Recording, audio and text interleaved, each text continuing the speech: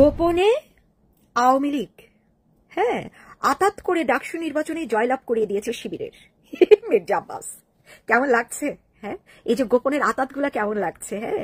এই যে 29টা দল নাকি তারা জাপাকে নিষিদ্ধ করে দিবে জাতীয় পার্টি, কারণ জাতীয় পার্টির কান্ধে ভর করে নাকি আওয়ামী লীগ আবার মানে ফ্যাসিস্ট আবার ফেরত আসতে পারে।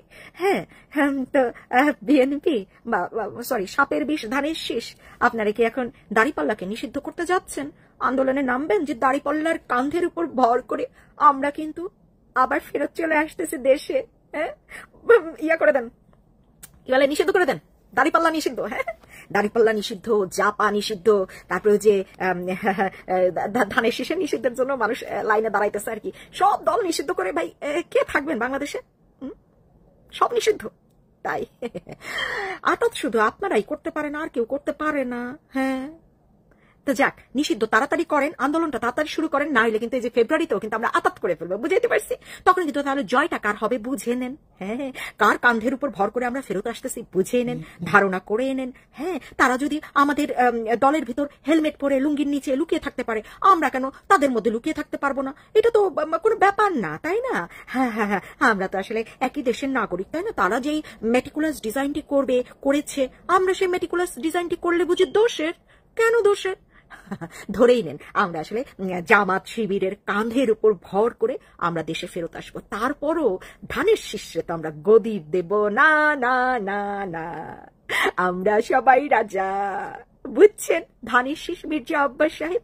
আপনাদেরকে তো আমি বারবারই বলে যাচ্ছি যে আসলে আপনাদের উপর আমরা এতটাও রাগান্বিত হতাম না যদি আসলে আপনারা আপনাদের দলের প্রচারণা চালাইতেন। কিন্তু আপনারা দলের প্রচারণা চাইতে দেখি বঙ্গবন্ধু আর শেখ হাসিনার প্রচারণাটা বেশি চালান। এই কারণে মনে হইলো আচ্ছা ঠিক আছে, আপনাদেরকে রাস্তায় আনার তো পদ্ধতি বাইর করতে হবে। ওকে, আমরাও বেছে নেই কার ভেতর আমরা হেলমেট বাহিনী হব, কার লুঙ্গির নিচে থাকবো, আর কার কে আতাত করে আমরা আবার দেশে চলে আসব এবং আপনাদের আবার ঘাড় মোটকে মোটকে মোটকে মোটকে খাবো।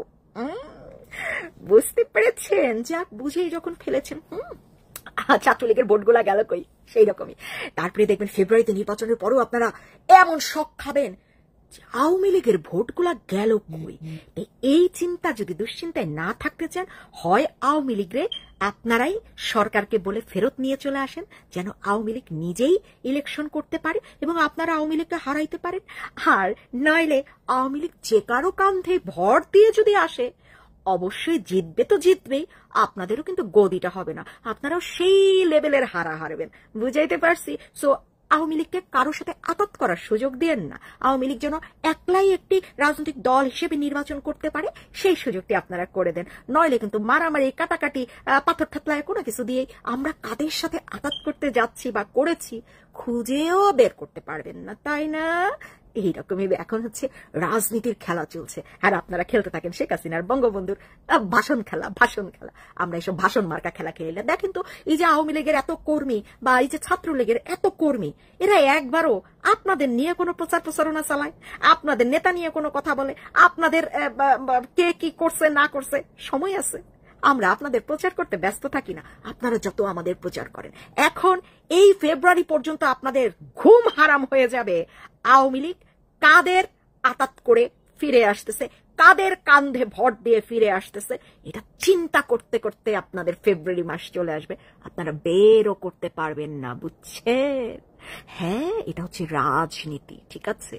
রাজনীতিতে সব ঠিক আছে, সব ঠিক আছে, সব ঠিক আছে, হারাইতে হবে বলে কথা, ঠিক আছে?